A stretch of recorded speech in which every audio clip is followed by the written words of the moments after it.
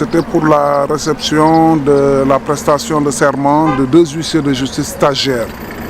Ces deux huissiers de justice stagiaires font partie donc d'un groupe de 16 huissiers de justice stagiaires qui ont été déclarés admis à l'issue d'un concours fait de transparence organisé donc par le ministère de la Justice.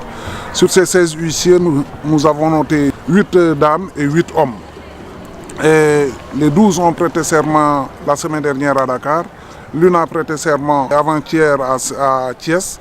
Et les 2 autres ont prêté serment aujourd'hui.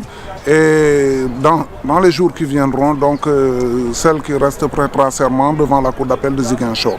Il s'agissait donc d'une formalité nécessaire avant leur entrée en fonction comme huissier de justice stagiaire.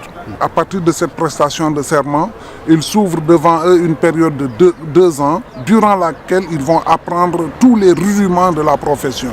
En vérité, à côté de ce qu'ils ont appris à la fac, tel qu'a eu à le rappeler d'ailleurs le président qui a reçu leur serment, ils apprendront la mise en œuvre des théories qui ont été reçues à la fac. Et cette mise en œuvre-là, elle obéit à un ensemble de pratiques que les cabinets secrètent. Les cabinets bien sûr, mais en relation avec tous les autres acteurs de la justice, notamment les avocats, les notaires et aussi les juridictions. Nous sommes aujourd'hui 53 huissiers répartis à travers le Sénégal au niveau donc de chaque cour d'appel de ce pays-là. La seule grande difficulté, c'est qu'à l'observation, l'on se rend compte que certaines régions ne sont pas dotées d'huissiers. Je prends l'exemple de la région de Louga, je prends l'exemple de la région de Matam, je prends l'exemple de la région de Kédougou, de la région de Kaffrine et de la région de Sédhiou.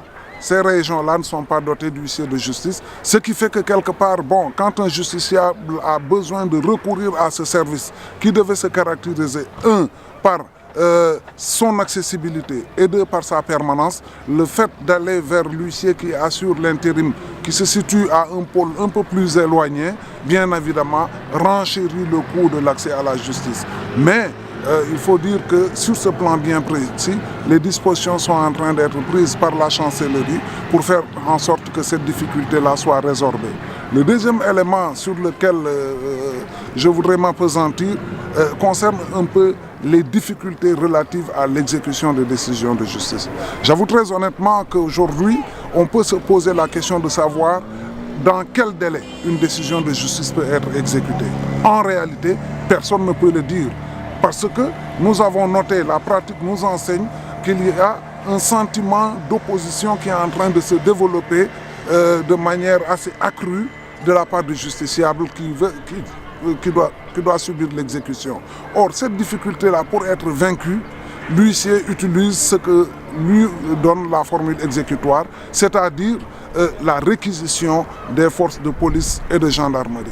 Or, nous avons observé que les commissariats de police et les gendarmeries sont submergés par des réquisitions qui ne sont pas traitées ou alors le sont dans un délai qui est extrêmement long.